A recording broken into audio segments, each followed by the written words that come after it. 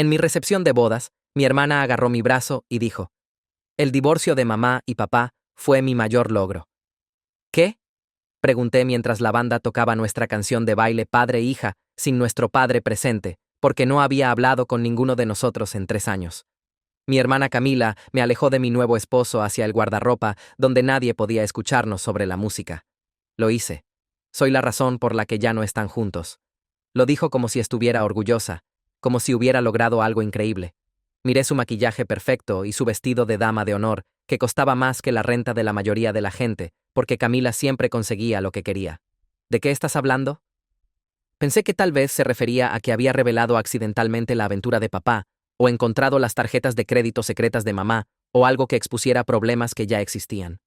Sonrió, y era la misma sonrisa que tenía cuando entró a Yale y cuando consiguió su trabajo en banca de inversión y cuando compró su apartamento penthouse a los 25.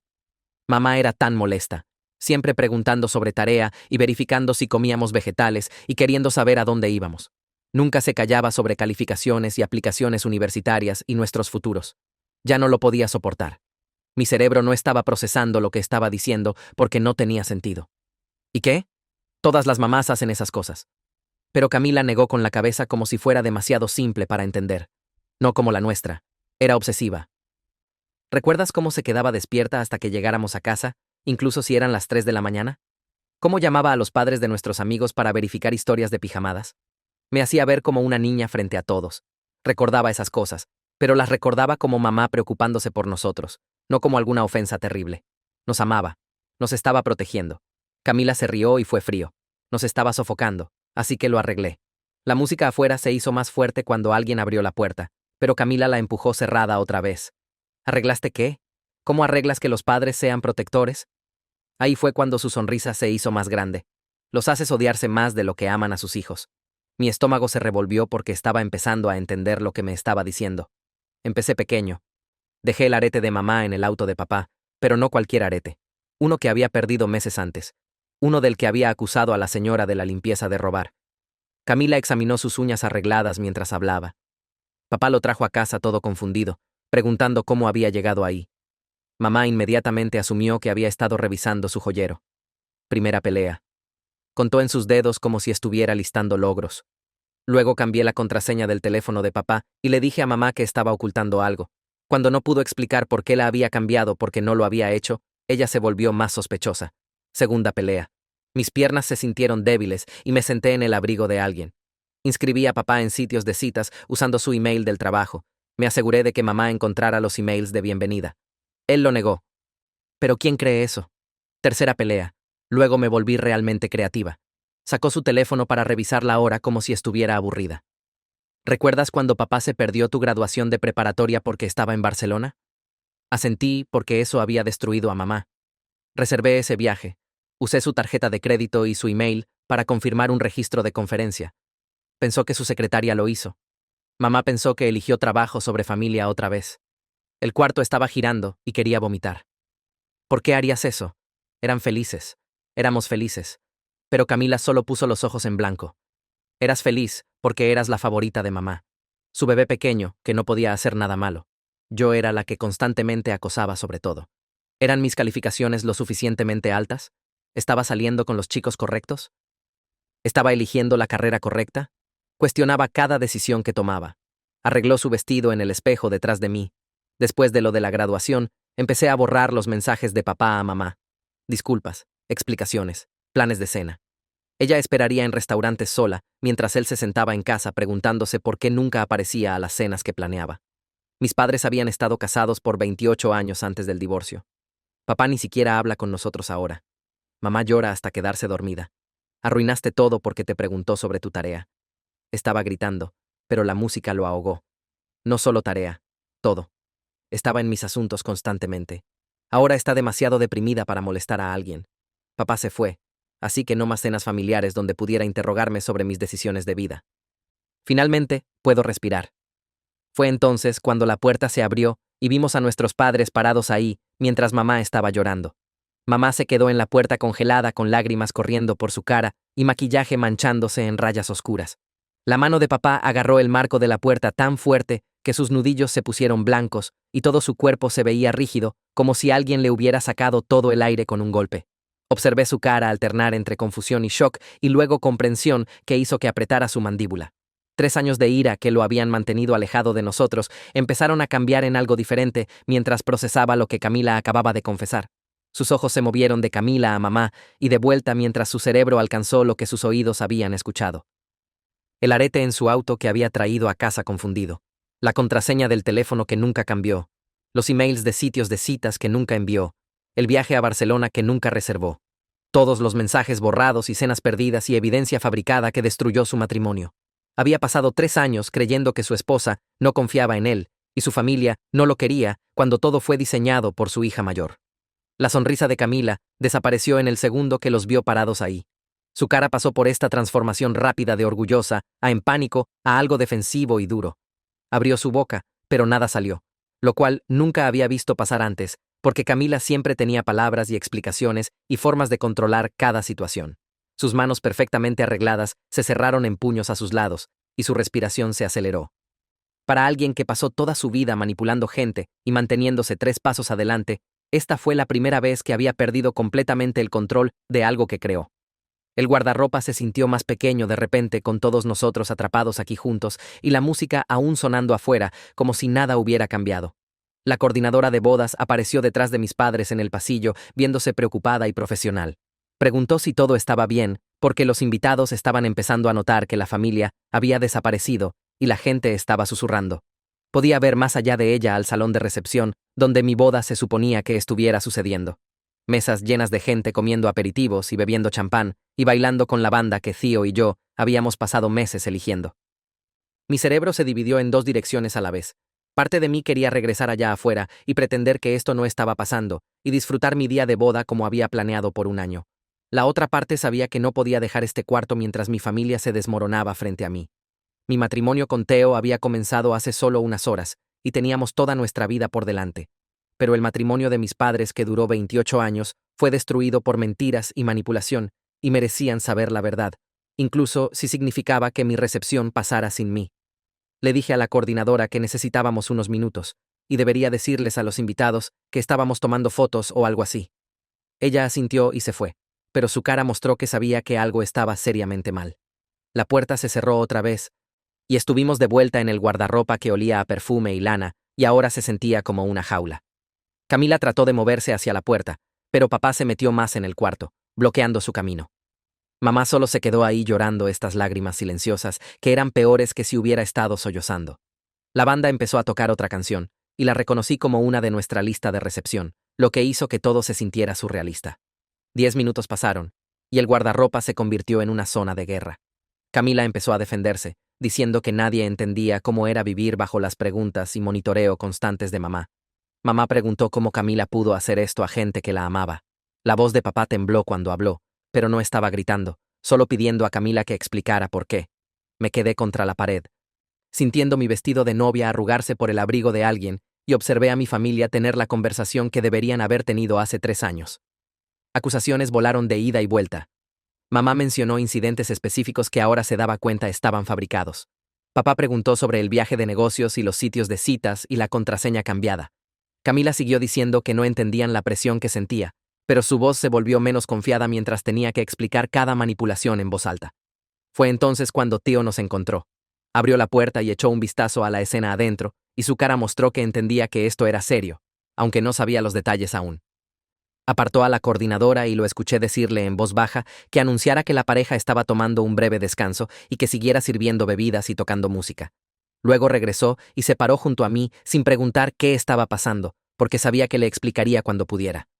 Su mano encontró la mía y la apretó, y me sentí agradecida de haber casado a alguien que no necesitaba explicaciones inmediatas durante una crisis. La voz de la coordinadora llegó por los altavoces afuera, diciendo que la novia y el novio regresarían pronto, y agradeciendo a todos por su paciencia. La voz de papá cortó el cuarto, preguntando a Camila por qué le haría esto a gente que la amaba. Sus manos temblaron, y su voz se quebró en ciertas palabras. La respuesta de Camila salió defensiva y apresurada.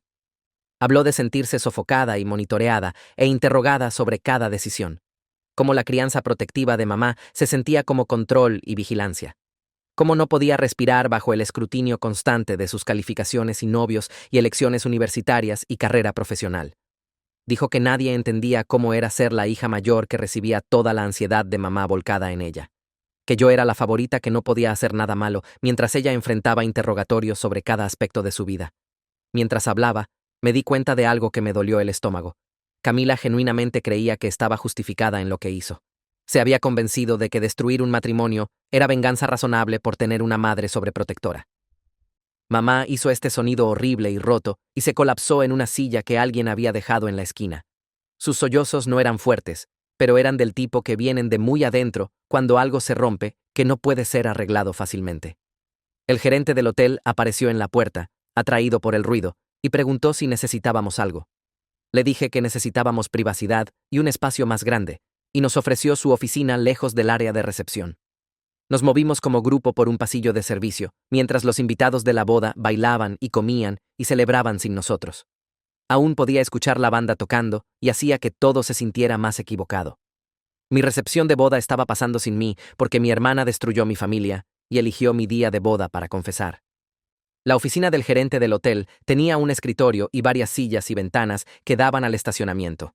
Mamá se sentó en una silla aún llorando. Papá se paró junto a la ventana de espaldas a nosotros. Camila se posó en el borde de otra silla, viéndose atrapada y defensiva. Teo se paró cerca de la puerta como si la estuviera guardando, y me di cuenta que se estaba asegurando de que nadie se fuera hasta que esto se resolviera. El gerente trajo botellas de agua y pañuelos y dijo que nos tomáramos todo el tiempo que necesitáramos. A través de las paredes podía escuchar música apagada y risas de mi recepción. Le dije a Teo que debería regresar y dar excusas a nuestros invitados porque no merecían tener su noche arruinada por drama familiar del que no sabían nada. Teo me miró y dijo que no me iba a dejar lidiar con esto sola. Su voz era firme y segura, y sentí algo moverse en mi pecho. Habíamos estado casados por menos de 4 horas, pero ya me estaba mostrando quién era como pareja. Alguien que entendía que las crisis familiares no esperan tiempo conveniente. Alguien que eligió pararse a mi lado, incluso cuando significaba perderse su propia recepción de boda. Apreté su mano y me volví hacia mi familia. Camila trató de irse, diciendo que había dicho lo que necesitaba decir, y no había nada más que discutir. Papá se movió de la ventana y bloqueó la puerta de la oficina. Por primera vez en 3 años, estaban en el mismo cuarto mirándose directamente. Papá no estaba gritando, lo cual me sorprendió. Su voz se mantuvo nivelada cuando le pidió a Camila que explicara cada cosa que hizo, llevarlo a través de cada manipulación, paso a paso. Camila se veía incómoda por primera vez mientras tenía que listar sus acciones en voz alta a las personas que había lastimado. El arete, la contraseña, los sitios de citas, el viaje a Barcelona, los mensajes borrados. Cada uno sonaba peor cuando lo dijo frente a mamá y papá juntos. Mamá dejó de llorar lo suficiente para preguntar sobre mi graduación de preparatoria. Su voz salió rota. Quería saber si Camila realmente reservó ese viaje solo para hacerle pensar que papá eligió trabajo sobre familia. Camila dudó, y luego admitió que lo había hecho. Había usado la tarjeta de crédito y email de papá para registrarlo para una conferencia de la que no sabía nada. Se aseguró de que las fechas conflictaran con mi graduación. Quería que mamá se sintiera abandonada y sin importancia. La mirada en la cara de mamá cuando escuchó esto rompió algo dentro de mí.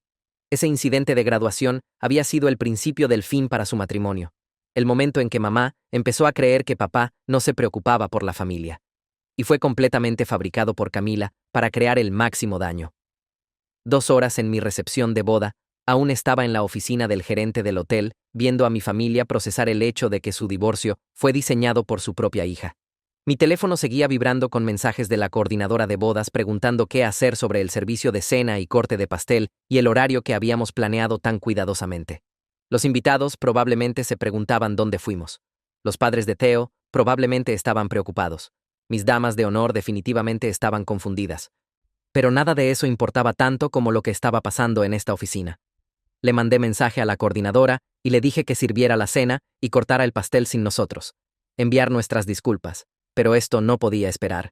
Mi día de boda se suponía que fuera el día más feliz de mi vida. Pero en cambio, se convirtió en el día que mi familia finalmente aprendió la verdad sobre por qué se separaron. Teo se levantó de su silla y sacó su teléfono. Revisó algo y luego me miró y preguntó si alguien había comido algo desde la ceremonia. Nadie respondió porque la comida parecía imposible cuando nuestra familia se estaba desmoronando en una oficina de hotel.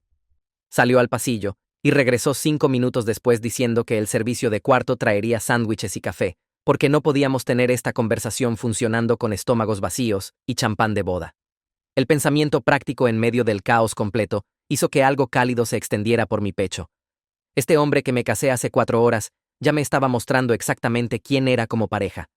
Alguien que pensaba en necesidades básicas cuando todos los demás se estaban ahogando en emociones. Alguien que entendía que los cuerpos necesitan combustible incluso cuando los corazones se están rompiendo. Se sentó de vuelta junto a mí y tomó mi mano. Su palma era cálida y firme contra la mía. El gesto se sintió como un ancla, evitando que flotara hacia el desorden de acusaciones y lágrimas llenando este cuarto. Papá se alejó de la puerta y se sentó en la silla más alejada de Camila. Mamá se quedó cerca de la ventana, mirando al estacionamiento donde los invitados de la boda probablemente se estaban yendo y preguntándose dónde fuimos. El silencio se extendió entre todos nosotros hasta que llegó el carrito de servicio de cuarto. Teo respondió a la puerta y lo rodó adentro. Repartió sándwiches y café, como si estuviéramos teniendo una cena familiar normal en lugar de la conversación más importante que cualquiera de nosotros había tenido. No podía comer, pero sostuve la taza de café caliente porque mis manos necesitaban algo que hacer. Mamá tomó un sándwich, pero solo picoteó el pan. Papá bebió su café en tragos largos como si estuviera tratando de despertar de una pesadilla. Camila se sentó perfectamente quieta con sus manos dobladas en su regazo, negándose a tomar cualquier cosa que Teo ofreciera. Papá bajó su taza de café y miró directamente a mamá por primera vez. Su voz salió callada y cuidadosa cuando preguntó si alguna vez realmente creyó que él la engañaría. La pregunta colgó en el aire entre ellos, pesada con 3 años de separación y dolor. Las manos de mamá temblaron mientras levantó su propia taza. Tomó un sorbo y luego otro, y pude ver que trataba de encontrar las palabras correctas. Finalmente admitió que no quería creerlo. Lo conocía desde hacía 30 años. Sabía que amaba a su familia. Pero la evidencia siguió apareciendo.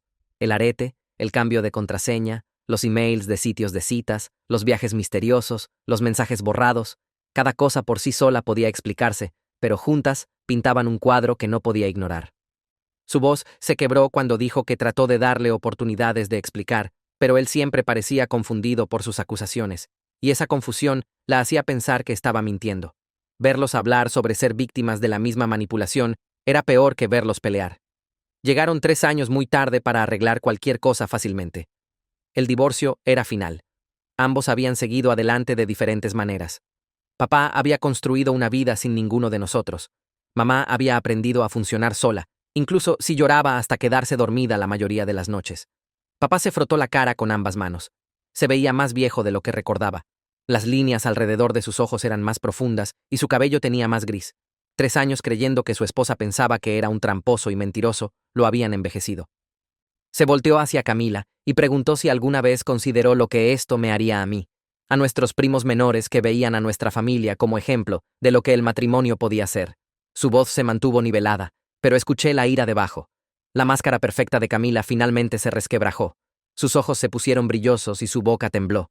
Por primera vez desde que empezó toda esta pesadilla, se veía como si realmente pudiera sentir algo real. Abrió su boca y la cerró otra vez. La abrió otra vez y dijo algo tan bajo que casi me lo perdí. Dijo que no pensó en el daño colateral. Solo pensó en escapar de lo que se sentía como vigilancia y juicio constantes. Solo quería que mamá dejara de hacer preguntas y revisarla y hacerla sentir como una niña en la que no se podía confiar. Las lágrimas que cayeron por sus mejillas se veían genuinas, pero no sabía si podía confiar en algo sobre Camila más.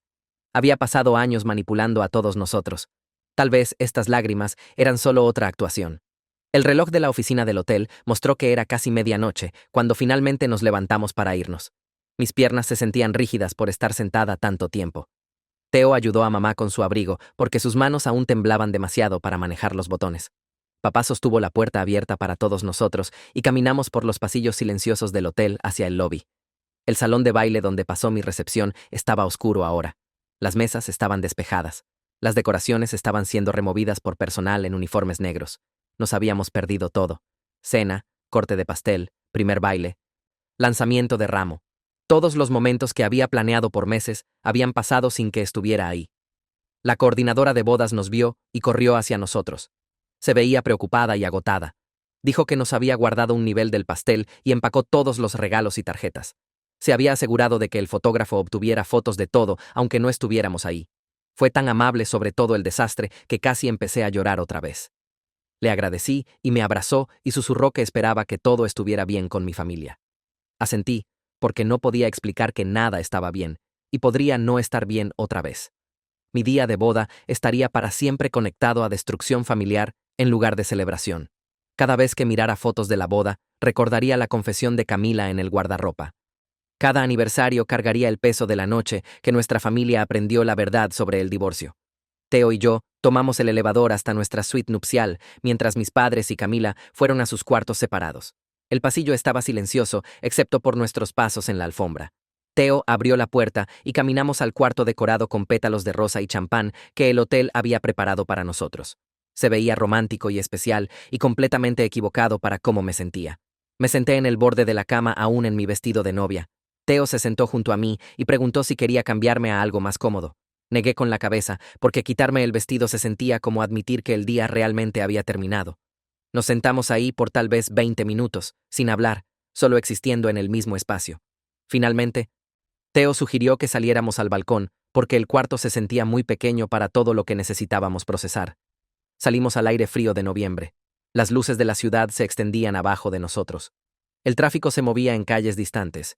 En algún lugar ahí afuera, la gente estaba teniendo noches normales con problemas normales. Theo preguntó si quería posponer nuestra luna de miel a Hawái. La pregunta me sorprendió porque había olvidado completamente que se suponía que volaríamos mañana en la mañana. ¿Cómo podía subirme a un avión e irme por una semana cuando mi familia estaba en crisis? ¿Cómo podía sentarme en una playa bebiendo cócteles mientras mamá lloraba sobre álbumes de fotos y papá procesaba años de traición fabricada? Le dije a Theo que no podía dejar la ciudad ahora. Asintió como si esperara esa respuesta. Sacó su teléfono y empezó a buscar la política de cancelación para nuestros vuelos y hotel. Lo amé aún más por no discutir o tratar de convencerme de que merecíamos nuestra luna de miel. Solo aceptó lo que necesitaba y empezó a calcular la logística. Nos quedamos en el balcón hasta casi las 2 de la mañana, hablando sobre qué pasa después. Ninguno de nosotros podía dormir. Demasiada adrenalina. Demasiados pensamientos girando. Theo preguntó qué pensaba que harían mis padres ahora que sabían la verdad. Dije que no sabía. Estaban divorciados, los papeles estaban firmados, la propiedad estaba dividida. No puedes simplemente deshacer 3 años porque aprendiste que fuiste manipulado. Pero tal vez podrían al menos ser amigos otra vez. Tal vez papá podría regresar a nuestras vidas. Tal vez mamá podría dejar de estar tan deprimida. Theo escuchó sin tratar de arreglar nada. Solo me dejó hablar de todas las posibilidades y miedos. Cuando finalmente me quedé sin palabras, sugirió que tratáramos de dormir unas horas. Regresamos adentro y lo dejé ayudarme a salir de mi vestido de novia. Lo colgué en el closet donde se veía hermoso y triste. Me puse el camisón elegante que había comprado especial para esta noche, pero también se sentía equivocado. Todo sobre esta noche se suponía que fuera diferente. La mañana siguiente llegó muy rápido. La luz del sol empujó a través de las cortinas y mi teléfono empezó a vibrar en la mesa de noche. Lo agarré y vi el nombre de mamá en la pantalla. Su voz sonaba hueca y cansada cuando contesté.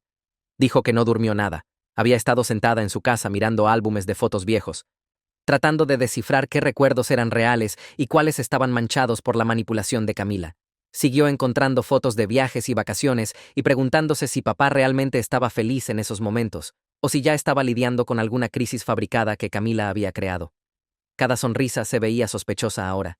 Cada momento de unión familiar se sentía como que podría haber estado cubriendo algún argumento que Camila había diseñado. Mamá sonaba tan perdida y rota que tomé una decisión ahí mismo en el teléfono. Le dije que Theo y yo estábamos cancelando nuestra luna de miel. Nos íbamos a quedar localmente. Trató de discutir y decir que no deberíamos cambiar nuestros planes, pero la interrumpí. Le dije que me necesitaba y no me iba a ningún lado. Después de colgar, llamé a la aerolínea y cancelé nuestros vuelos. Theo llamó al resort de Hawái y explicó que teníamos una emergencia familiar. Fueron comprensivos y dijeron que podíamos reservar después. Me sentí culpable por arruinar nuestra luna de miel, pero también aliviada de que no tenía que irme. Esa tarde, mi teléfono sonó otra vez. El nombre de papá apareció en la pantalla, y lo miré por varios segundos antes de contestar. Esta fue la primera vez que me había llamado en 3 años. La primera vez que inició contacto en lugar de que yo dejara mensajes que ignoraba. Su voz sonaba diferente, más vieja, más triste. Dijo mi nombre como si no estuviera seguro de que aún tenía derecho a llamarme su hija. Luego su voz se quebró y se disculpó por perderse tanto de mi vida. Dijo que estaba muy enojado para separarme de mamá y Camila. Pensó que si las cortaba, Tenía que cortarme a mí también, o la ira lo destruiría. Se perdió mi graduación universitaria, mi celebración de nuevo trabajo, mi fiesta de compromiso. 3 años de momentos que nunca podría recuperar. Dijo que aprender sobre la manipulación de Camila no borraba esos años perdidos, pero le ayudó a entender por qué se sintió tan traicionado y enojado todo el tiempo. Cada vez que trató de arreglar las cosas con mamá, algo más saldría mal, y eventualmente dejó de intentar. Ahora sabía que esas cosas malas eran Camila plantando más evidencia y borrando más mensajes. Le dije que entendía, y lo perdoné por la distancia. Dije que todos en esta familia eran víctimas de lo que Camila hizo. Hablamos por casi 1 hora sobre cosas pequeñas: mi trabajo, su apartamento, el clima. Conversación normal padre-hija que no habíamos tenido en años. Cuando colgamos, lloré porque había recuperado un pedazo de mi papá, aunque las circunstancias fueran terribles. Mi teléfono vibró con un mensaje de Camila. El mensaje era largo, párrafos de explicación sobre su perspectiva. Escribió sobre sentirse controlada y monitoreada toda su infancia, sobre las preguntas constantes de mamá haciéndola sentir como si no se pudiera confiar en ella, sobre la presión de ser perfecta y exitosa, sobre lo sofocante que se sentía tener a alguien siempre revisándola. Dijo que sabía que lo que hizo era extremo, pero no veía otra salida. Necesitaba espacio y libertad, y la única manera de conseguirlo era hacer que mamá estuviera muy deprimida para seguir molestando. Necesitaba que papá se fuera para que no hubiera cenas familiares donde mamá pudiera interrogarla sobre decisiones de vida. Todo el mensaje era justificación, defensa, explicación, pero en ningún lado realmente dijo que lo sentía por destruir un matrimonio y cortar a papá de su familia por 3 años. En ningún lado reconoció el dolor que causó. Lo leí 3 veces tratando de encontrar una disculpa real, pero no estaba ahí. Entendí su frustración. Mamá podía ser intensa sobre revisarnos, pero nada justificaba lo que Camila hizo al matrimonio de nuestros padres. Nada hacía que fuera correcto manipular y mentir y plantar evidencia por años. 2 días después de mi boda, encontré a mamá en una cafetería cerca de su casa. Se veía cansada y más pequeña de alguna manera, como si el peso de aprender sobre la manipulación de Camila la hubiera encogido físicamente. Ordenamos café y nos sentamos en una mesa de esquina lejos de otros clientes. Mamá sacó su teléfono y empezó a mostrarme cosas. Estados de cuenta bancarios con cargos que no reconocía. La tarjeta de crédito de papá había sido usada para flores enviadas a una dirección que no existía. Reservas de hotel en ciudades donde papá nunca fue. Mamá había asumido que estaba viendo a otra persona, pero ahora se daba cuenta de que Camila debió haber hecho esos cargos de alguna manera. Mamá también me contó sobre misteriosas llamadas que colgaban. El teléfono sonaría y cuando contestara, nadie hablaba. Solo respiración y luego clic. Había asumido que era la pareja de aventura de papá revisando si mamá estaba en casa. Ahora pensaba que era Camila haciendo llamadas para aumentar la paranoia de mamá. También había una bufanda de mujer dejada en el auto de papá, seda cara y un color que mamá nunca usaría. Papá juró que no sabía de dónde venía. Mamá lo acusó de mentir. Pelearon por semanas sobre esa bufanda. Ahora mamá se daba cuenta de que Camila probablemente la plantó. El alcance de la manipulación era asombroso. Cada incidente que mamá describió reveló más planificación e intención. Camila no había actuado por impulso. Había creado una campaña de varios años para destruir su matrimonio. Los padres de Theo llamaron esa noche para revisar cómo estábamos. Contesté, y su mamá preguntó cómo estaba Hawái. Tuve que explicar que cancelamos el viaje, que aún estábamos en la ciudad lidiando con crisis familiar. Preguntó qué pasó, y le di la historia básica. Mi hermana confesó en la recepción de boda que deliberadamente destruyó el matrimonio de mis padres a través de años de manipulación. Su mamá hizo ruidos de shock y preguntó si hablaba en serio. Confirmé que todo era verdad. Su papá tomó el teléfono y dijo que esa era una de las cosas más perturbadoras que había escuchado. Preguntó si nuestra familia estaba recibiendo ayuda. Dije que estábamos tratando de resolverlo. Me dijo que conocía a una terapeuta familiar llamada Rowan Burke, que se especializaba en reconstruir confianza después de traición. Había trabajado con ella años atrás cuando su propia familia pasó por algo difícil. Dijo que me enviaría su información de contacto. Le agradecí, y me sentí agradecida de que Theo viniera de una familia que entendía que a veces necesitas ayuda profesional para arreglar problemas complicados. 3 días pasaron, como moverse a través del lodo. Seguí reproduciendo la escena del guardarropa en mi cabeza mientras trataba de actuar normal alrededor de Theo. Sabía que algo estaba mal, pero no presionó. El jueves por la tarde, le mandé mensaje a Camila preguntando si podía ir a verla. Respondió 1 hora después diciendo que tenía tiempo a las 6. Tomé el metro hasta su edificio en el distrito financiero, y el portero llamó para anunciarme como si fuera una extraña en lugar de su hermana. Su penthouse ocupaba todo el piso superior con ventanas del piso al techo, mostrando las luces de la ciudad. Abrió la puerta usando pants de yoga y un suéter caro. Su cabello estaba recogido y se veía cansada. Caminé más allá de ella hacia la sala con sus muebles blancos y arte abstracto que probablemente costaba más que mi auto. Me ofreció vino y dije que no porque necesitaba mantener la cabeza clara para esta conversación. Nos sentamos en extremos opuestos de su sofá y esperó que hablara primero. Pregunté si había hablado con mamá o papá desde la boda y dijo que no. Pregunté si planeaba hacerlo y se encogió de hombros como si no importara. Luego le pregunté directamente si entendía lo que había hecho a nuestra familia. Se puso defensiva inmediatamente. Su voz subió y empezó a hablar rápido sobre cómo no entendía lo que era ser la hija mayor. Cómo mamá puso toda su ansiedad y presión en Camila primero. Cómo cada decisión se cuestionaba y analizaba. Cómo se sentía como si no pudiera respirar sin que mamá preguntara a dónde iba y cuándo regresaría y con quién estaría. Escuché sin interrumpir porque quería escuchar su explicación completa. Habló de sentirse sofocada y controlada, sobre cómo la revisión constante de mamá se sentía como si no confiara en Camila para tomar buenas decisiones. Sobre cómo las preguntas nunca pararon, incluso después de que Camila se mudó y consiguió su propio lugar. Dijo que no entendería porque era el bebé que no podía hacer nada malo. La dejé terminar y luego le hice una pregunta.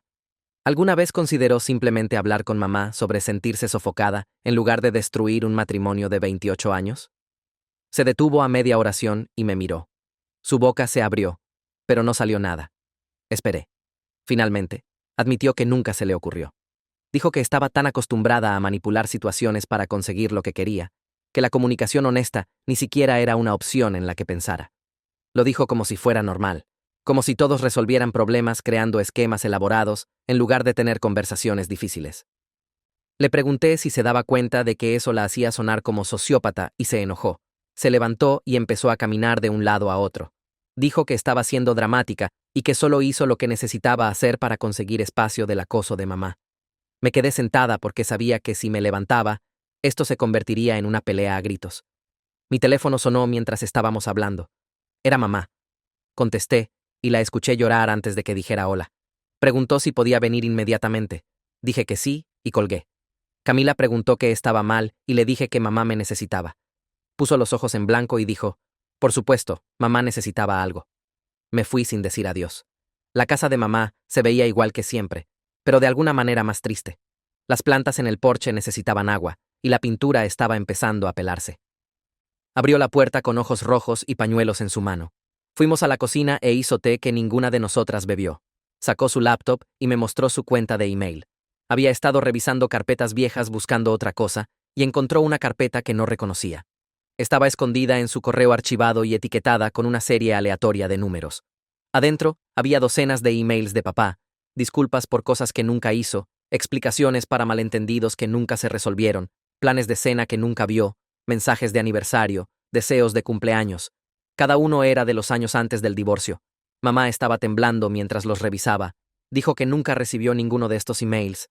Los habría recordado, habría respondido, pero todos estaban marcados como leídos, aunque nunca los leyó.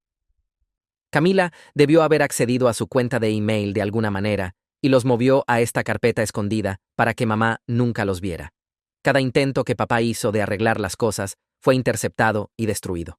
Mamá siguió diciendo que podría haber salvado el matrimonio si solo hubiera visto estos emails, si hubiera sabido que estaba intentando, si hubiera entendido que no la estaba evitando o eligiendo trabajo sobre familia. No sabía qué decir. El alcance de la manipulación de Camila siguió haciéndose más grande. Mamá preguntó si sabía sobre esto, y dije que no.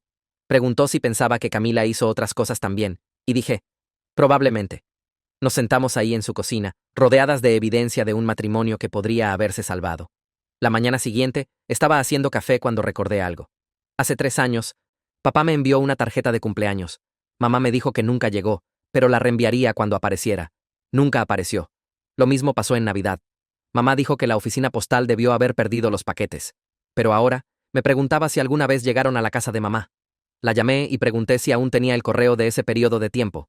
Dijo que guardaba todo en cajas en el garaje porque no podía convencerse de tirar nada de ese año. Manejé hacia allá y pasamos 2 horas revisando correo viejo. Sin tarjetas, sin paquetes, nada de papá. Pero mamá encontró algo más. Una pila de sobres de retorno al remitente dirigidos a ella desde el apartamento de papá. Nunca le envió nada. Entonces, ¿por qué se devolvería el correo? Los abrimos y encontramos tarjetas y cartas que supuestamente le envió. Cartas enojadas, cartas crueles, cartas diciéndole que dejara de contactarnos y nos dejara en paz. Mamá empezó a llorar otra vez porque nunca escribió ninguna de estas. Su escritura era similar, pero no exacta. Camila debió haberlas escrito, y las envió desde la dirección de mamá. Cada vez que papá trató de contactarnos, recibió una respuesta hostil que pensó que era de mamá. No es extraño que eventualmente dejara de intentar. No es extraño que pensara que lo odiábamos. Camila había construido una pared entre nuestros padres hecha de emails falsos y cartas falsificadas y correo interceptado. Se había asegurado de que cada intento de reconciliación fallara. Una semana después de la boda, finalmente reuní el valor para llamar a papá. Contestó al cuarto timbre y su voz sonaba incierta cuando dijo «Hola». Le dije que era yo y pregunté si podíamos encontrarnos para almorzar. Solo nosotros dos, sin mamá, sin Camila. Estuvo callado tanto tiempo que pensé que había colgado. Luego dijo que sí. Nos encontramos en un restaurante a medio camino entre su apartamento y mi lugar. Llegué primero y lo vi entrar. Se veía más viejo de lo que recordaba. Su cabello estaba más gris. Sus hombros estaban más encorvados. Había perdido peso. Me vio y sonrió, pero no llegó a sus ojos. Ordenamos comida que ninguno quería y nos sentamos uno frente al otro, sin saber cómo empezar. Finalmente, preguntó cómo me estaba tratando la vida matrimonial. Dije que era buena pero complicada. Asintió como si entendiera. Luego le conté sobre los emails que mamá encontró, sobre las cartas que regresaron, sobre las tarjetas de cumpleaños y regalos de Navidad que nunca llegaron. Su cara pasó por como 10 expresiones diferentes mientras hablaba. Confusión, incredulidad, comprensión, ira, dolor. Puso su cabeza en sus manos y solo se sentó ahí. Cuando levantó la vista, sus ojos estaban húmedos. Me contó sobre la soledad de estar cortado de su familia sin entender qué había hecho mal. Cómo reproducía conversaciones en su cabeza, tratando de descifrar dónde todo salió mal. Cómo llamaba y lo enviaban al buzón de voz. Cómo enviaba emails y recibía respuestas hostiles. Cómo enviaba tarjetas y nunca escuchaba respuesta. Dijo que se sentía como si se estuviera volviendo loco porque no podía descifrar qué había hecho tan terrible que toda su familia lo cortara. Ahora sabía que no era él. Era Camila, asegurándose de que cada puente se quemara, cada conexión se cortara, cada intento de comunicación fallara. Papá me dijo que eventualmente dejó de intentar porque cada intento parecía empeorar las cosas. Pensó que tal vez estábamos mejor sin él. Tal vez era tóxico de alguna manera y no se daba cuenta. Tal vez lo mejor que podía hacer por su familia era quedarse lejos. Aprender que Camila saboteó todo lo enojó otra vez. Pero esta vez la ira tenía un objetivo claro. Me preguntó cuánto tiempo duró esto y dije años. Me preguntó por qué, y expliqué sobre Camila sintiéndose sofocada por el acoso de mamá. Me miró como si estuviera hablando otro idioma. Dijo, sentirse molesto por las preguntas de un padre no justificaba destruir un matrimonio y cortar a un padre de sus hijos. Estuve de acuerdo. Preguntó si Camila mostró algún remordimiento y dije, no, en realidad no. Empujó su comida intocada y dijo que no sabía si podía perdonarla. Dije que entendía. Preguntó sobre mamá y le dije que estaba devastada. Preguntó si quería hablar con él y dije que pensaba que sí, pero no estaba segura.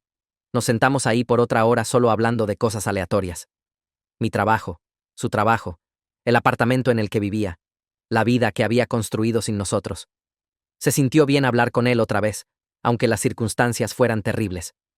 Antes de irnos, sugerí terapia familiar. La reacción de papá fue inmediata. Dijo que no. Dijo que no estaba listo para estar en el mismo cuarto con Camila sin perder los estribos. Dijo que necesitaba tiempo para procesar todo antes de poder enfrentarla. Entendí, pero también sabía que no podíamos sanar si todos se quedaban separados y enojados. Le dije eso, y dijo que tal vez algunas cosas no pueden sanarse. Tal vez algún daño es permanente. No quería creer eso, pero no podía discutir con él. Había perdido 3 años con sus hijas por la manipulación de Camila. Ese tiempo se había ido. No podíamos recuperarlo. Nos abrazamos en el estacionamiento y se aferró más tiempo del necesario. Me dijo que estaba contento de que hubiera contactado y que quería mantenerse en contacto. Dije que yo también quería eso. Manejando a casa, sentí esta mezcla rara de feliz y triste. Feliz porque tenía a mi papá de vuelta de alguna manera. Triste por todo lo que habíamos perdido. Mamá empezó a ver a una terapeuta la semana siguiente. Me contó sobre ello tomando café en el mismo lugar donde nos habíamos encontrado antes. Su terapeuta la estaba ayudando a procesar la manipulación y su depresión. Pero la terapeuta también dijo algo que hizo que mamá se sintiera incómoda. Sugirió que la crianza protectiva de mamá podría haber sido excesiva, aunque no justificara la respuesta de Camila. Mamá se puso defensiva cuando me contó esto. Dijo que solo estaba siendo buena madre. Dijo que nos estaba manteniendo seguros. Dijo que los padres se supone que sepan dónde están sus hijos y con quién están. Estuve de acuerdo, pero también dije que hay diferencia entre cuidar y controlar. A mamá no le gustó eso. Dijo que estaba tomando el lado de Camila. Expliqué que no estaba tomando el lado de nadie, pero que tal vez ambas cosas podían ser verdad. Tal vez mamá era sobreprotectiva, y tal vez la respuesta de Camila aún era completamente equivocada. Mamá se quedó callada. Luego preguntó si pensaba que había empujado a Camila a hacer esto. Dije que no. Dije que Camila tomó sus propias decisiones y esas decisiones fueron manipuladoras y crueles. Pero también dije que entender por qué alguien se siente de cierta manera no significa excusar lo que hicieron. Mamá asintió, pero pude decir que iba a estar pensando sobre esto por mucho tiempo. Esa noche, Teo y yo tuvimos nuestra primera pelea real. Estábamos haciendo cena y dijo que tal vez deberíamos distanciarnos del drama de mi familia por un tiempo. Dejé de cortar vegetales y lo miré. Pregunté qué quería decir. Dijo que estaba preocupado por mí, que estaba gastando todo mi tiempo y energía tratando de arreglar mi familia y estaba cobrando su precio. Que se suponía que fuéramos recién casados disfrutando nuestros primeros meses de matrimonio, pero en cambio estaba constantemente estresada y molesta. Le dije que no podía simplemente abandonar a mis padres cuando estaban luchando. Dijo que no me estaba pidiendo que los abandonara, solo que estableciera algunos límites. Dije que esto no era algo alrededor de lo cual pudiera poner límites. Mi hermana destruyó el matrimonio de mis padres. Mi papá estuvo aislado por 3 años. Mi mamá fue manipulada y se le mintió. Esto no era drama. Esto era serio. Dijo que sabía que era serio, y eso era exactamente por lo que estaba preocupado. Pregunté si se arrepentía de casarse conmigo, y se veía choqueado. Dijo, por supuesto que no. Dijo que me amaba, y solo estaba preocupado por mí, tomando el dolor de todos. Ambos nos disculpamos. Dijo que debería haber sido más solidario. Dije que debería haber estado prestando más atención a nosotros en lugar de solo a mi familia. Acordamos tratar de encontrar mejor equilibrio, pero sabía que iba a ser difícil. 2 semanas después de la boda, regresé al trabajo. Mis compañeros de trabajo inmediatamente preguntaron sobre la luna de miel. Había estado temiendo esto. Inventé una historia sobre cambiar planes por una emergencia familiar. Lo mantuve vago. Hicieron preguntas de seguimiento y desvié. Mi jefa notó que estaba distraída durante nuestra reunión de equipo. Me apartó después y preguntó si todo estaba bien en casa. Dije que estaba bien, solo cosas familiares. Me miró como si supiera que estaba mintiendo, pero no presionó. Solo dijo que si necesitaba tiempo libre o necesitaba hablar, su puerta estaba abierta. Le agradecí y regresé a mi escritorio. Sentarme ahí tratando de enfocarme en hojas de cálculo y emails se sentía imposible.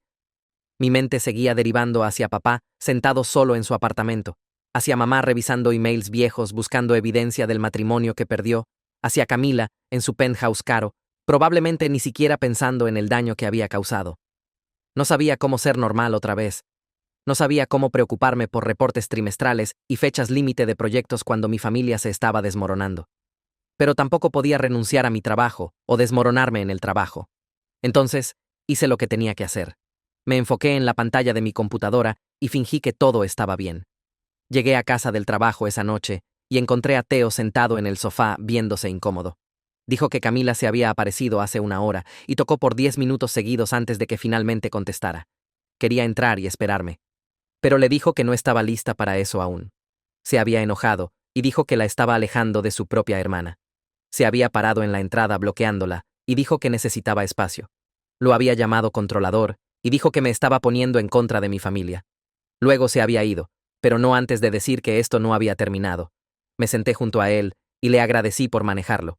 Preguntó si estaba bien y dije que no sabía. Parte de mí quería ver a Camila y exigir mejores respuestas. Parte de mí nunca quería verla otra vez. Apretó mi mano y dijo que cualquier cosa que decidiera me apoyaría. La mañana siguiente, mi teléfono sonó mientras hacía café.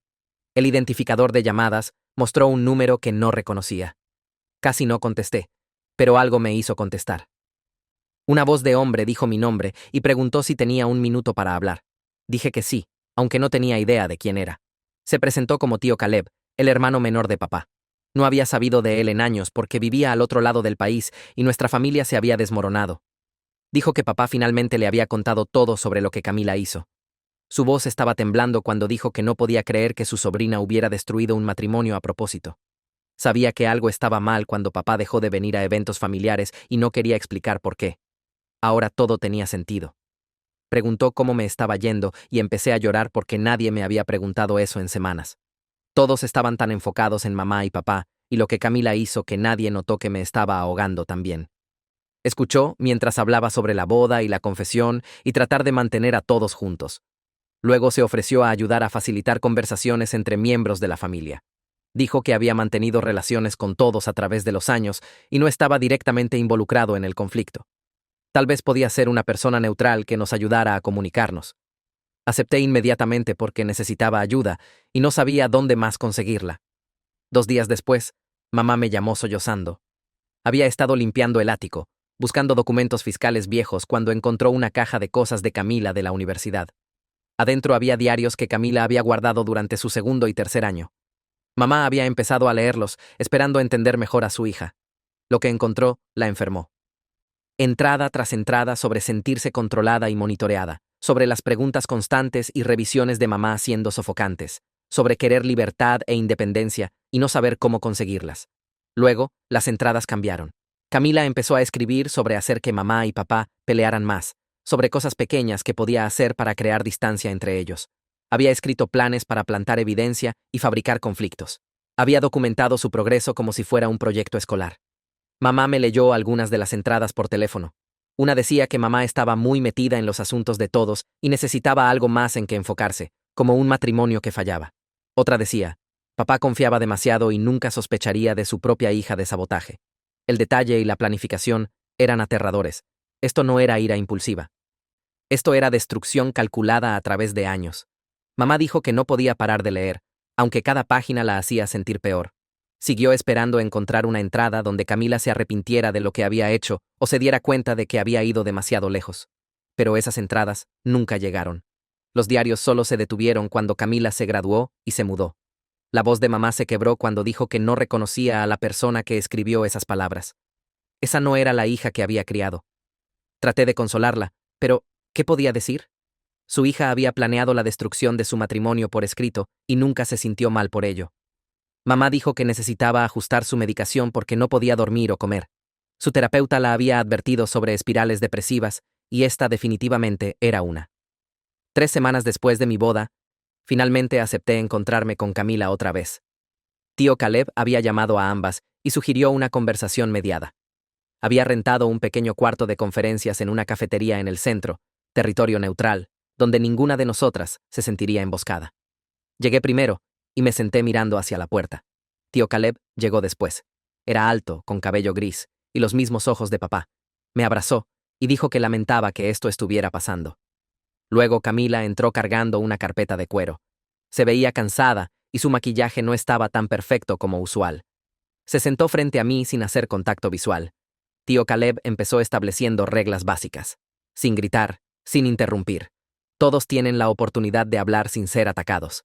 Luego preguntó a Camila si quería explicar su perspectiva. Abrió su carpeta y sacó artículos impresos. Los deslizó a través de la mesa hacia mí y tío Caleb. Eran artículos sobre crianza helicóptero y abuso emocional, sobre padres controladores y el daño psicológico que causan, sobre niños que crecen sintiéndose sofocados y monitoreados. Camila dijo que había estado investigando esto por años, que lo que mamá hizo no era crianza protectiva normal. Era control excesivo que dañó su salud mental y su habilidad para desarrollar independencia. Señaló párrafos específicos que describían comportamientos que mamá había hecho. Las revisiones constantes, las llamadas para verificar historias, las preguntas sobre cada decisión. Dijo que había tratado de hablar con mamá sobre esto cuando era más joven, pero mamá nunca escuchó. Mamá solo dijo que estaba siendo dramática o desagradecida. Entonces, Camila había encontrado otra manera de conseguir la libertad que necesitaba. Tío Caleb escuchó cuidadosamente. Luego preguntó si Camila entendía la diferencia entre sentirse controlada y realmente ser abusada. Camila se puso defensiva y dijo que los artículos probaban que era real. Dijo que los artículos describían comportamiento preocupante, pero eso no justificaba destruir un matrimonio. La cara de Camila se puso roja y dijo que nadie entendía cómo era ser ella. Respiré profundo y le dije a Camila que incluso si mamá era sobreprotectiva, la respuesta apropiada era terapia o conversación honesta. No destruir sistemáticamente un matrimonio y cortar a papá de su familia por 3 años. Camila respondió bruscamente que no lo entendía porque siempre fui la favorita de mamá. El bebé que no podía hacer nada malo mientras ella recibía toda la presión y expectativas. Dije que eso no era verdad, Pero Camila habló sobre mí. Listó cada vez que mamá había sido más dura con ella que conmigo. Cada vez que mamá había cuestionado sus decisiones, pero elogiado las mías. Cada vez que mamá se había preocupado por sus calificaciones o sus amigos o sus decisiones mientras me daba libertad. Escuché su lista y me di cuenta de que algo probablemente era cierto. Mamá había estado más ansiosa con Camila. Pero también sabía que eso es lo que pasa con los primeros hijos. Los padres están más nerviosos y cometen más errores. Eso no excusaba lo que Camila había hecho. Le dije eso y se levantó como si fuera a irse. Tío Caleb le pidió que se sentara otra vez. Dijo que necesitábamos trabajar a través de esto, no huir de ello. Camila se sentó, pero se veía enojada. Tío Caleb miró a Camila y dijo algo que hizo que el cuarto se quedara callado. Señaló que el éxito actual y la independencia de Camila probaban que había sobrevivido la crianza de mamá muy bien. Había entrado a Yale. Tenía un gran trabajo. Era dueña de un penthouse. Tenía la libertad y control sobre su vida que siempre había querido. Tal vez el problema real no era la crianza de mamá. Tal vez el problema real era que Camila no podía admitir que estaba equivocada, que había llevado su frustración demasiado lejos y destruido gente que la amaba. La cara de Camila pasó de roja a blanca. Agarró su carpeta y se levantó tan rápido que su silla se cayó. Dijo que tío Caleb no sabía nada sobre su vida, que no había estado ahí por los años de monitoreo y control constantes, que nadie en esta familia entendía por lo que había pasado. Luego salió. Tío Caleb y yo nos sentamos ahí en silencio. Dijo que lamentaba que no hubiera ido mejor. Dije, al menos intentamos. Pero sabía que Camila no estaba lista para admitir que lo que había hecho estaba mal. Tal vez nunca lo estaría. Una semana después, tío Caleb llamó para decir que papá había aceptado encontrarse con mamá. Primera vez en 3 años que estarían en el mismo cuarto. Tío Caleb sugirió hacerlo en mi apartamento con él, y yo ahí como apoyo. Acepté aunque la idea me ponía nerviosa. Limpié mi apartamento 3 veces. Teo me ayudó a reacomodar los muebles para que hubiera suficientes asientos. Pusimos café y aperitivos aunque dudaba que alguien fuera a comer. Mamá llegó primero, se veía pequeña y asustada. Se sentó en un extremo del sofá y dobló sus manos en su regazo. Papá llegó 15 minutos después. Se paró en la entrada mirando a mamá como si no estuviera seguro de que fuera real. Tío Caleb lo guió a la silla frente a ella. Se sentaron en lados opuestos de mi sala mirándose como extraños. Podía ver 3 años de silencio en el espacio entre ellos. Todas las palabras que no habían dicho, todas las explicaciones que nunca pasaron, todas las peleas fabricadas y evidencia falsa que los había convencido de odiarse. Tío Caleb empezó recordándoles por qué estábamos aquí, para hablar sobre lo que Camila había hecho y descifrar cómo seguir adelante. Papá habló primero. Su voz estaba áspera, como si no la hubiera usado mucho. Dijo que había estado tan enojado por tanto tiempo que había olvidado cómo se sentía no estar enojado. Cuando se enteró de que Camila había manipulado todo, la ira había cambiado, pero no se había ido. Ahora estaba enojado con ella en lugar de con mamá, pero también estaba enojado consigo mismo por creer las mentiras tan fácilmente, por rendirse en su matrimonio sin pelear más duro. Mamá empezó a llorar calladamente. Dijo que lo sentía por creer la evidencia que Camila había plantado. Lo sentía por dudar de papá cuando lo negó todo. Lo sentía por dejar que sus sospechas destruyeran lo que habían construido juntos. Los ojos de papá se llenaron de lágrimas, y dijo que lo sentía también. Lo sentía por cortar a todos por 3 años. Lo sentía por perderse tanto de mi vida y la vida de mamá. Lo sentía por no intentar más duro para descifrar qué estaba realmente pasando. Ambos estaban llorando ahora. Y podía ver que aún se preocupaban el uno por el otro, pero también podía ver que había pasado demasiado. 3 años de silencio y dolor y vidas separadas. No podían simplemente regresar a estar casados como si nada hubiera cambiado. El daño era demasiado profundo. Tío Caleb preguntó si querían intentar ser amigos, si podían reconstruir algún tipo de relación, aunque no fuera romántica. Papá dijo que le gustaría eso. Mamá asintió y dijo que a ella también le gustaría. Hablaron por 2 horas más sobre cosas pequeñas. Recuerdos de cuando éramos niños, actualizaciones sobre sus vidas separadas, conversaciones cuidadosas que evitaban las heridas más grandes. Cuando se fueron, se abrazaron para despedirse. Fue incómodo y breve, pero fue algo. Tío Caleb se quedó después de que se fueron y me dijo que había hecho algo bueno juntándolos. No estaba segura. Estaban hablando otra vez, pero aún estaban rotos. Un mes después de mi boda, Teo y yo finalmente tomamos un viaje largo de fin de semana a las montañas. Habíamos pospuesto nuestra luna de miel, pero necesitábamos alejarnos de todo. Manejamos 3 horas a una cabaña de renta rodeada de pinos, sin servicio celular, sin drama familiar, solo nosotros y la tranquilidad. Hicimos caminatas durante el día y nos sentamos junto al fuego en la noche. La segunda noche, Teo preguntó cómo estaba realmente lidiando con todo. Había estado evitando esa pregunta, incluso de mí misma. Le dije que estaba enojada con Camila, enojada de que hubiera destruido nuestra familia porque se sintió controlada. Pero también tenía el corazón roto por todos los involucrados. Por mamá, que había sido manipulada a creer que su esposo la estaba engañando. Por papá, que había perdido 3 años con su familia. Por Camila, que estaba tan convencida de que tenía razón que no podía ver el daño que había causado. Teo escuchó y tomó mi mano. Dijo que estaba bien sentir múltiples cosas a la vez, que no tenía que elegir un lado o tener todas las respuestas. Nos sentamos ahí viendo el fuego y sentí que parte de la tensión dejaba mi cuerpo. La distancia de todo me ayudó a verlo más claramente. Mi familia estaba rota, pero estábamos tratando de sanar. Eso era algo. Cuando regresamos a casa y prendimos nuestros teléfonos, tenía 7 llamadas perdidas de mamá. La llamé inmediatamente preocupada de que algo hubiera pasado. Dijo que el jefe de Camila la había llamado para una conversación sobre comportamiento ético. Aparentemente, la noticia sobre lo que Camila había hecho se había esparcido a través de familia y amigos. Alguien que conocía a alguien en la compañía de Camila lo había mencionado. El jefe quería saber si los rumores eran verdad, de que Camila había deliberadamente destruido el matrimonio de sus padres a través de manipulación y mentiras. Camila había tratado de negarlo, pero el jefe dijo que la historia era demasiado específica y demasiado consistente a través de múltiples fuentes. La compañía valoraba integridad y comportamiento ético. No podían tener a alguien en el personal que se había involucrado en ese nivel de engaño calculado, incluso si era personal, no profesional. Camila no había sido despedida, pero le habían dicho que su comportamiento estaba siendo observado. Había perdido un cliente importante cuya esposa había escuchado sobre la situación y se negó a trabajar con ella. Su reputación profesional estaba recibiendo golpes que no había esperado. Mamá dijo que Camila la había llamado llorando sobre ello, pidiendo a mamá que ayudara a arreglar su reputación. Mamá había dicho que no, que Camila necesitaba enfrentar las consecuencias de sus decisiones. Colgué sintiéndome complicada. Parte de mí estaba contenta de que Camila estuviera enfrentando consecuencias reales. Parte de mí se sentía mal de que toda su vida estuviera afectada, pero principalmente me sentía cansada. Cansada del drama y el dolor y la crisis constante. Solo quería que mi familia estuviera bien otra vez. 2 días después, mamá llamó para decirme que ella y papá se iban a encontrar para café. Solo ellos dos. Sin abogados o mediadores o miembros de familia viendo. Sonaba nerviosa, pero también algo más. Esperanzada, tal vez. Pregunté si estaba segura de que era buena idea, y dijo que probablemente no, pero necesitaban hablar sin que todos los demás añadieran sus opiniones.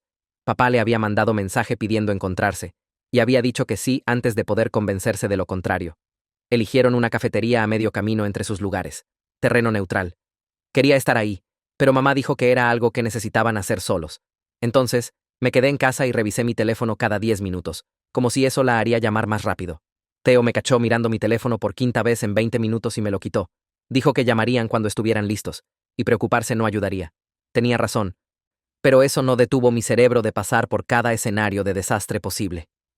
3 horas pasaron antes de que mamá finalmente llamara. Su voz sonaba diferente, más ligera. Dijo que la reunión de café fue mejor de lo esperado. Hablaron sobre lo que Camila había hecho y cómo ninguno de ellos sabía que estaban siendo jugados uno contra el otro. Papá admitió que había creído toda la evidencia fabricada porque estaba trabajando demasiado y se sentía culpable por ello. Mamá admitió que lo había creído porque estaba ansiosa sobre todo y siempre esperaba lo peor. Ya no se estaban culpando, aunque solo estaban tratando de entender cómo pasó. Mamá dijo que papá se veía más viejo y cansado, pero también aliviado de finalmente saber la verdad. Hablaron sobre incidentes específicos. El arete en el auto, los emails de sitios de citas, la graduación perdida. Cada vez que compararon notas, encontraron más piezas que no tenían sentido hasta que supiste que Camila estaba detrás de todo. Papá había guardado cada mensaje de texto confundido, al que mamá nunca respondió. Mamá tenía capturas de pantalla de emails hostiles que pensó que papá envió. Cuando miraron la evidencia juntos, era obvio que alguien había estado interfiriendo. El cronograma era demasiado perfecto. Demasiadas coincidencias que los alejaron exactamente en los momentos equivocados. La sugerencia de tío Caleb sobre reuniones semanales salió, y ambos acordaron intentarlo. No para volver juntos. Esa nave había zarpado, y ambos lo sabían. Pero para reconstruir algún tipo de amistad, para dejar de ser extraños que se amaron una vez. Mamá dijo que se sintió raro hablar con papá como persona otra vez, en lugar del enemigo que destruyó su familia, porque no era el enemigo. Camila lo era, y ambos habían sido sus víctimas. La mañana siguiente, Llamé a Anastasia, la compañera de cuarto de Camila, de la universidad del primer y segundo año. Nos habíamos conocido unas veces en eventos familiares, pero no habíamos hablado en años. Encontré su número a través de redes sociales y le mandé mensaje primero, preguntando si tenía tiempo para hablar. Me devolvió la llamada en una hora. Expliqué lo que había pasado en mi boda y pregunté si había notado algo similar cuando vivía con Camila. Anastasia se quedó callada por un minuto largo. Luego dijo que sí, había notado. Camila tenía talento para crear problemas entre gente y luego resolverlos. Su segundo año, Camila había convencido a Anastasia de que su otra compañera de cuarto le estaba robando. Cosas pequeñas al principio, una liga para el cabello, algunas monedas de un frasco, luego cosas más grandes como un collar y algo de dinero. Anastasia confrontó a la compañera de cuarto que negó todo y parecía genuinamente confundida. Las acusaciones causaron peleas enormes. La compañera de cuarto se mudó a mitad del semestre. 2 años después, Anastasia encontró el collar robado en una caja de cosas de Camila que había dejado. Había confrontado a Camila sobre ello, y Camila se había reído, diciendo que la compañera de cuarto probablemente lo plantó ahí para hacer que Camila se viera mal. Pero Anastasia sabía que Camila había tomado las cosas e inculpado a la otra chica solo para hacer que se fuera. Cuando pregunté por qué, Anastasia dijo que a Camila no le gustaba compartir espacio o atención. La otra compañera de cuarto era popular y social, y Camila odiaba eso. Entonces, fabricó una razón para deshacerse de ella. Anastasia también mencionó que Camila siempre era hábil para leer gente y saber exactamente qué botones presionar. Podía hacerte dudar de ti mismo sin que te dieras cuenta de que lo estaba haciendo. Pequeños comentarios sobre tu juicio o tu memoria. Sugerencias sutiles de que tal vez estabas equivocado sobre lo que viste o escuchaste. Era tan gradual que no lo notabas hasta que estabas cuestionando todo. Pregunté si Anastasia pensaba que Camila había hecho este tipo de cosas antes que nuestros padres y dijo definitivamente. Camila había causado drama entre otros amigos, entre su novio y su compañero de cuarto, entre miembros de su grupo de estudio, siempre posicionándose como la razonable tratando de ayudar, mientras secretamente empeoraba todo. Anastasia dijo que se distanció de Camila el tercer año porque estar alrededor de ella se sentía agotador, como si siempre tuvieras que vigilar lo que decías e hiciste porque podría torcerse después. Le agradecí por ser honesta y dijo que lamentaba a mis padres, que deseaba haber dicho algo años atrás, pero no se había dado cuenta de que el patrón era tan serio. Colgamos y me senté ahí procesando lo que había aprendido. Camila había estado haciendo esto por al menos una década, tal vez más. Esto no era algo de una sola vez que hizo porque mamá era molesta. Esto era quien era. 5 semanas después de mi boda, tuvimos nuestra primera sesión de terapia familiar. La oficina de Rowan Burke estaba en un edificio médico en el centro, paredes beige y sillas cómodas y una máquina de ruido blanco afuera de la puerta. Llegué temprano con Theo. Mamá llegó 10 minutos después viéndose nerviosa. Papá se apareció justo a tiempo. Tío Caleb llegó último porque se había atascado en el tráfico. Todos nos sentamos en la sala de espera de Rowan, sin hablar mucho, solo existiendo en el mismo espacio y tratando de no pensar demasiado sobre por qué estábamos ahí. Rowan salió exactamente a las 3. Era más joven de lo que esperaba, tal vez 40. Cabello oscuro recogido, ojos amables, pero también agudos, como si no se perdiera nada. Estrechó la mano de todos y nos invitó a su oficina. El cuarto era más grande que el área de espera con ventanas viendo a la calle. Nos acomodamos en 2 sofás, uno frente al otro. Mamá y papá en sofás opuestos, Theo y yo juntos. Tío Caleb en una silla entre ellos como un amortiguador. Rowan se sentó en su propia silla con un bloc de notas y nos pidió que nos presentáramos y explicáramos por qué estábamos ahí. Empecé porque nadie más parecía listo para hablar. Expliqué la confesión de la boda, la admisión de Camila sobre destruir el matrimonio, los 3 años de alejamiento, las tácticas de manipulación que descubrimos. Rowan escuchó sin interrumpir y tomó notas. Cuando terminé, preguntó a mamá y papá si querían añadir algo. Papá dijo que quería entender cómo había perdido las señales. Mamá dijo que quería dejar de sentirse como idiota por creer las mentiras. Tío Caleb dijo que quería ayudar a su hermano a reconectarse con su familia. Rowan asintió y dijo que esas eran todas metas válidas. Preguntó dónde estaba Camila, y expliqué que se había negado a venir. Rowan dijo que era desafortunado, pero no inesperado. La gente que manipula a otros raramente quiere participar en procesos que los responsabilicen. Aún podíamos trabajar en sanación familiar sin ella, aunque solo se vería diferente. Nos pidió que habláramos sobre lo que queríamos de la terapia. Papá dijo que quería procesar su ira sin dejar que lo controlara. Mamá dijo que quería dejar de culparse por ser manipulada. Dije que quería que mi familia estuviera bien otra vez, aunque bien se viera diferente de antes. Tío Caleb dijo que quería apoyar a todos a través de esto. Rowan escribió todo y dijo que esas eran metas alcanzables si nos comprometíamos al trabajo. Rowan empezó dirigiéndose directamente a mamá.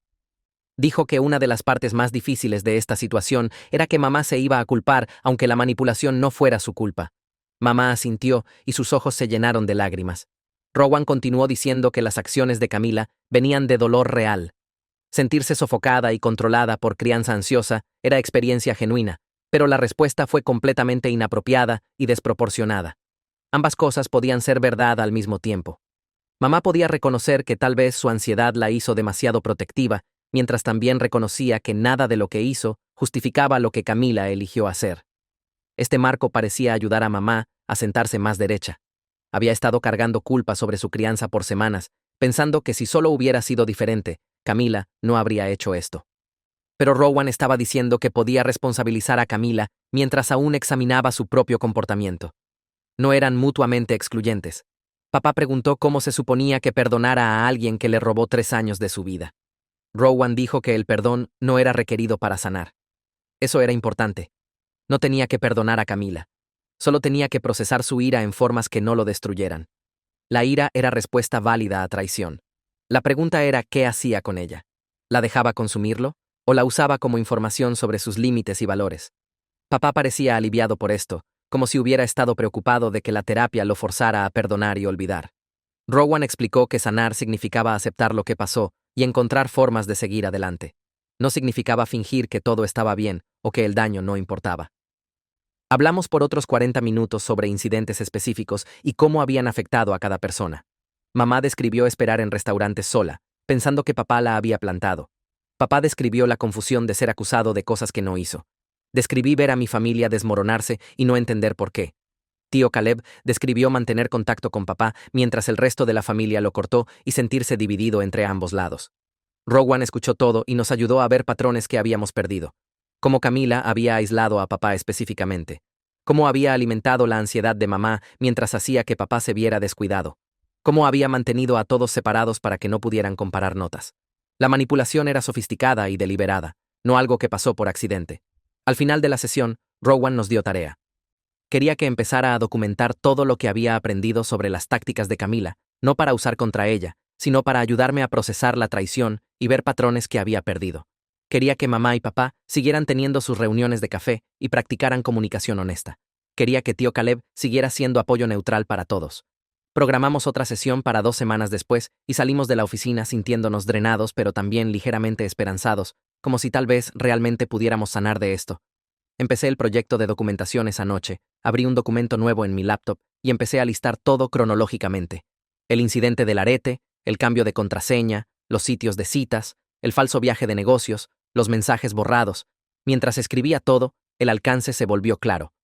Camila había estado trabajando en esto por años, probablemente desde preparatoria, basándome en lo que Anastasia había dicho. Cada incidente se construía sobre el anterior, creando patrón de desconfianza que eventualmente destruyó el matrimonio. Añadí notas sobre cronograma, cómo Camila había escalado durante periodos estresantes cuando mamá y papá ya estaban luchando, cómo había apuntado a compromisos de trabajo de papá y ansiedad de mamá, cómo había usado mi graduación de preparatoria como arma, sabiendo cuánto lastimaría a mamá. El cronograma era impactante, tan completo y planeado. Esto no era ira impulsiva, esto era destrucción calculada esparcida por años. Guardé el documento y envié copia a Rowan como había pedido. Luego cerré mi laptop y me senté ahí sintiéndome enferma. Mi hermana había hecho esto. Mi hermana, a quien admiraba. Quien pensé que era perfecta y exitosa y tenía todo resuelto. Había pasado años destruyendo nuestra familia porque no le gustaba que le preguntaran sobre tarea. 3 días después, mamá me llamó llorando. Había estado revisando emails viejos tratando de encontrar cosas que papá había mencionado enviar. Había encontrado carpeta que no reconocía, escondida en configuraciones de su cuenta. Adentro había cientos de emails, mensajes de papá que nunca había visto, disculpas, explicaciones, invitaciones a cena, deseos de cumpleaños, todos marcados como leídos, pero movidos a esta carpeta escondida automáticamente. Mamá se dio cuenta de que Camila debió haber configurado regla de filtro en su cuenta de email. Cualquier cosa de la dirección de papá se escondía automáticamente. Mamá nunca vio nada de eso. Había pensado que papá la estaba ignorando, negándose a comunicarse o trabajar en su matrimonio, pero había estado intentando todo el tiempo, solo que nunca recibió los mensajes. Mamá también encontró emails enviados que no escribió, respuestas hostiles a intentos de reconciliación de papá, mensajes diciéndole que dejara de contactarla, amenazas de llamar abogados si no la dejaba en paz, todo enviado desde la cuenta de mamá, pero escrito por Camila. Papá tenía capturas de pantalla de estos emails. Se los había mostrado a su abogado durante el divorcio como prueba de que mamá no quería contacto. Pero mamá nunca los había escrito. Nunca los había visto hasta ahora. Había sido incriminada en su propia cuenta de email. La manipulación era incluso más elaborada de lo que habíamos pensado. Camila no solo había borrado mensajes, había suplantado a mamá para alejar a papá. Había creado conversaciones enteras que nunca pasaron. Hizo que papá pensara que mamá lo odiaba mientras hacía que mamá pensara que papá la había abandonado. Todo mientras estaba sentada en su apartamento penthouse, manejando su carrera exitosa y sintiéndose orgullosa de sí misma por escapar de las preguntas de mamá sobre su vida. 6 semanas después de mi boda, Camila finalmente aceptó asistir a terapia. Había estado ignorando mis llamadas y mensajes de mamá, pero Rowan le había enviado carta explicando que la sanación familiar requería la participación de todos. Camila me llamó y dijo que vendría a una sesión, solo una, y solo si podía explicar su lado primero. Acepté porque hacer que llegara ahí se sentía como progreso. El día de la sesión, llegué temprano otra vez. Mamá y papá ya estaban en la sala de espera, sentados en lados opuestos. Tío Caleb entró detrás de mí.